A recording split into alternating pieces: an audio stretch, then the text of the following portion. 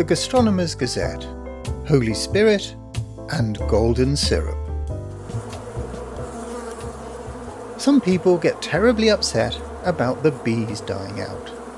They think our crops won't be pollinated and that honey production will cease. Well, there's good news and there's bad news. The good news is that bees aren't unionised and pollination is an unregulated industry. No formal training is required, so any insect can be a pollinator. If all the bees die, other insects will have a larger slice of the pollination pie. None of them are as good at it as bees though. In fact, some of them are downright cowboys, but you get what you pay for. In this case, the wholesale collapse of fruit and vegetable agriculture as we know it, along with severe ecological damage. So it's bad news after all. And it gets worse, particularly if you like honey. You see, bees dying out isn't the main threat to honey production. The main threat is the declining number of lions.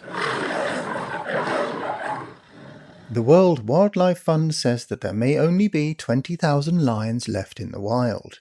And, as everybody knows, lions are vital for the production of honey. That's according to the Book of Judges, the 7th installment of a sprawling epic collectively known as the Old Testament. In case you weren't aware, this is the part of the Bible written and directed by Quentin Tarantino.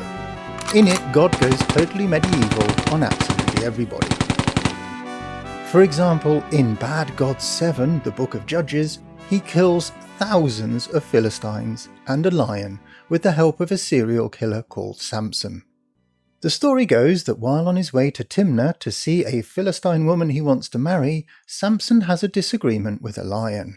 The lion wants very much to eat Samson. Samson is less keen, so he tears the lion to pieces with his bare hands. Now, usually this is quite difficult for a human, but God provides Samson with something called Holy Spirit, which makes Samson super strong. We don't know whether Holy Spirit was an alcoholic energy drink or perhaps an energy bar. No historian has ever ventured an opinion. On a later journey to Timnah to marry the Philistine woman, Samson passes by the carcass of the dead lion. Bees have made a hive inside the rotting body, and Samson takes some honey. Side note: faced with dwindling lion numbers, many apiarists today instead prefer to use a Langstroth hive for honey production. This was invented by Reverend Lorenzo Lorraine Langstroth in the US in the mid-1800s, possibly after experiments with indigenous mountain lions failed on account of them not actually being real lions.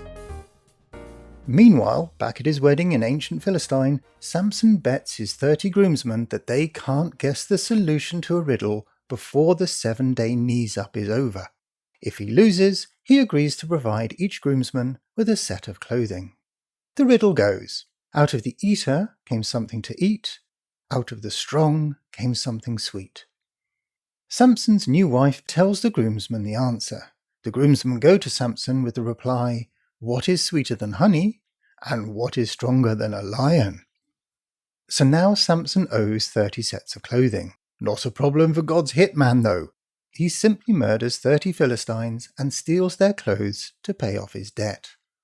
Things escalate from here, and during a series of increasingly bloody incidents, Samson's wife is burned to death and Samson slays hundreds upon hundreds of Philistines. Eventually, Samson is caught by the Philistines, his hair is cut short, and his eyes are gouged out. It's fair to assume he didn't tip the barber. Without his hair, where he presumably kept his stash of Holy Spirit, Samson no longer has super strength. In the final act, Samson regains his hair and Holy Spirit, along with it, his super strength. With his strength restored, he destroys himself and even more hundreds upon hundreds of Philistines when he collapses a temple on himself and the people gathered inside.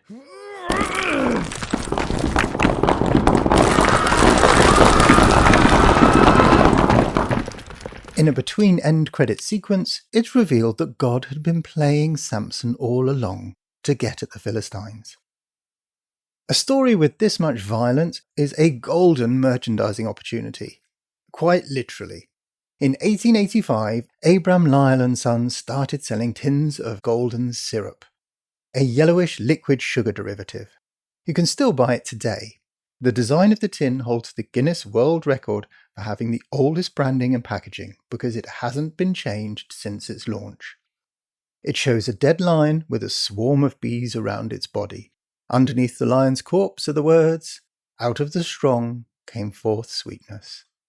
It's never been confirmed nor denied that golden syrup is, in fact, a Holy Spirit. Make of that what you will. The Gastronomer's Gazette is written, drawn, recorded, edited, produced, uploaded, fed and changed by Roger Overall. It is a Show and Tell Communications production. To find out more, go to thegastronomer.net.